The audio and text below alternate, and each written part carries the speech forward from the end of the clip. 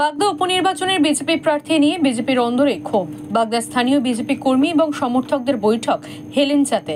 আগামী 10ই জুলাই বাগদা বিধানসভা কেন্দ্র উপনির্বাচন শুরু হয়ে গিয়েছে দেওয়াল লিখনও, কিন্তু প্রার্থী নির্বাচন করতে গিয়ে বিপাকে গেরুয়া শিবির। সূত্রের খবর, এই কেন্দ্র থেকে কেন্দ্রীয় মন্ত্রী শান্তনু ঠাকুরের স্ত্রী সোমা ঠাকুর প্রার্থী হতে পারেন। খবর ছড়িয়ে পড়তেই প্রকাশ্যে ক্ষোভ প্রকাশ করেছেন বিজেপির নেতা এবং কর্মীদের একাংশ।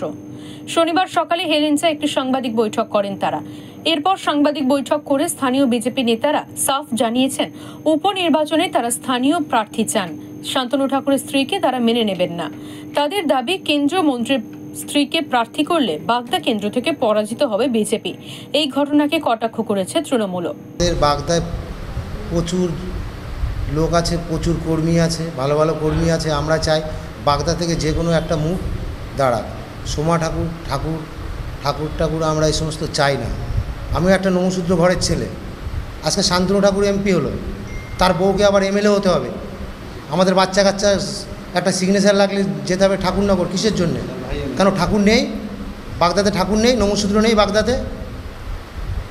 60% 70% নমশূদ্র। আমরা সব নমশূদ্র ঘরের ছেলে, বহুত নমশূদ্র আছে বাগদাতে।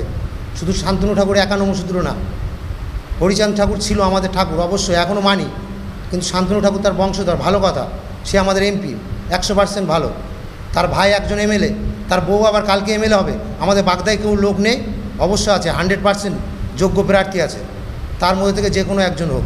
ঠাকুরবাড়ির থেকে আমরা চাই না, পরিষ্কার সাফ কথা। ব্যুরো রিপোর্ট, ওঙ্কার বাংলা।